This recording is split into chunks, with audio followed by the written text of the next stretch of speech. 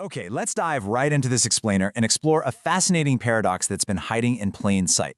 Today, we're going to look at why the very trait we spend our entire lives running from, foolishness, might actually be the ultimate form of wisdom. Through the lens of some absolute heavyweights like Erasmus, Socrates, and Shakespeare, we are going to completely reframe what it means to be a fool. We have to start by asking a really crucial question. Why do we feel so exhausted? It's something almost all of us feel today, right? Modern society pushes us incredibly hard to be these frenetic, upright cogs in a massive machine of efficiency and productivity. We try so hard to conform to a world that literally promotes workaholism, and as a result, we often end up feeling profoundly bored and just completely drained of all spontaneity. Shakespeare famously wrote, "All the world's a stage, and all the men and women merely players." And wow, does that brilliantly illustrate our modern trap. We take our corporate and social roles on the stage so incredibly seriously that we completely forget that playfulness is a basic human need. It's not a weakness, it's an absolute necessity that we're severely neglecting. Now, check out the origin of the word fool, because it reveals this beautiful paradox. It actually comes from the Latin word phallus, meaning a pair of bellows expelling empty air. On the surface, sure, it implies an empty-headed person, but look at the second half of that definition. Bellows provide the vital oxygen needed for combustion. In the exact same way, the fool provides the spark that fires us up and brings life and energy right back into the room. Generally speaking, this archetype splits into two distinct camps. On one hand, we have the innocent natural fool. This is the person lacking social awareness, uttering profound truths completely by accident, and leading purely with their heart.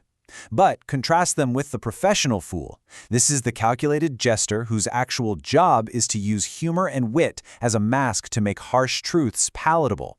They're highly intelligent and they strictly follow their mind. Let's move into part 1, Erasmus and the necessity of folly. Back in 1511, Erasmus published this wildly popular and penetrating examination called In Praise of Folly.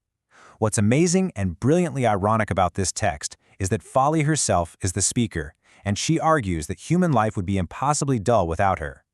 Erasmus makes the bold claim that simply acknowledging we're playing the fool is actually the highest form of wisdom humanity can achieve.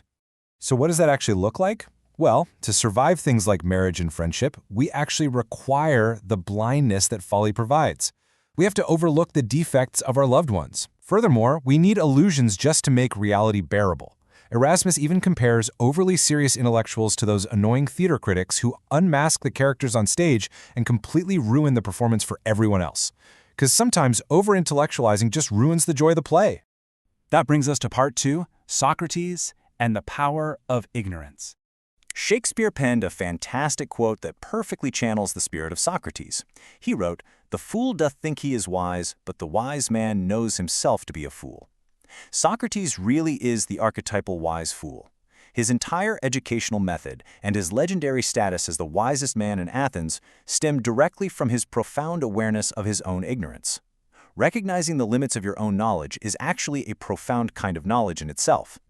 Synthesizing these ideas, a very distinct profile of the wise fool starts to emerge. They aren't idiots at all. They are heroic agents of change. They're fearless in speaking truths that those in power are terrified to utter. Because they appear naive or pure-hearted, they can effortlessly expose the foolishness of those who supposedly hold all the wisdom, which unlocks a much deeper, intuitive truth that conventional logic just totally misses. Let's look at part 3, Shakespeare's truth-telling jesters. The reality of the historical court jester is so fascinating.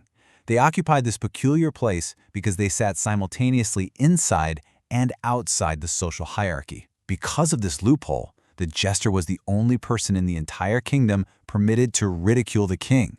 They could deliver harsh reality checks and speak dangerous, uncoverable truths to the monarchy under the safe, protected guise of comedy. In Shakespeare's great tragedy, King Lear, we clearly see this brilliant juxtaposition playing out. You've got the supposedly powerful king who is actually terribly lonely, trapped by convention, and entirely dependent on his fool. On the flip side, the fool is completely free. He acts almost as the king's alter ego, effectively reversing the entire dominant and subservient dynamic. The king literally needs the fool just to stay anchored to reality. Finally, part 4, Awakening Your Inner Fool. Our sources bring up this really compelling concept from the Arthurian legend of Parzival and Jungian psychology. It's known as the Fisher-King wound. Basically, when we take life too seriously and lose our connection to playfulness, we suffer a deep inner psychological wound. It paralyzes our internal landscape, turning it into a sterile wasteland where we're standing right in front of beauty and happiness, but we're completely unable to partake in it. To heal this modern burnout, we absolutely have to listen to Jungian analyst Robert A. Johnson. He states that a man must consent to look to a foolish, innocent, adolescent part of himself for his cure. We have to actively invite that renegade faction, our inner fool, into our inner court. We desperately need that innocent, foolish part of ourselves to bring in fresh energy and ask the blunt, simple questions we become way too proud or too expert to voice. This maps perfectly onto the Zen Buddhist concept of Shoshin, or the beginner's mind. Think about it. If you're trapped in the expert's mind, your world is closed, overcautious, and stagnant because you were terrified of making a mistake. But by shedding that heavy armor and embracing the beginner's mind, literally risking the ridicule of acting like a fool, you open yourself up to endless possibilities. You become energetic, adaptable, and completely open to unimaginable success. The great Russian writer Fyodor Dostoevsky reminds us of a brilliant truth. Laughing at ourselves and calling ourselves a fool isn't a weakness. It's a deeply courageous act of vulnerability. It shatters the ice of modern alienation. It rips off our suffocating social masks, and it finally allows for genuine connection and authentic behavior. I'm going to leave you with this final provocative question from our sources to ponder, which was famously explored in Dostoevsky's novel The Idiot. Is it better to know the cold, hard truth and be miserable, or to embrace the joy and innocent illusions of a fool's paradise? The next time you find yourself totally stressed out, exhausted, and trying way too hard to be the perfect, rational expert in an utterly unpredictable world, remember... Okay, let's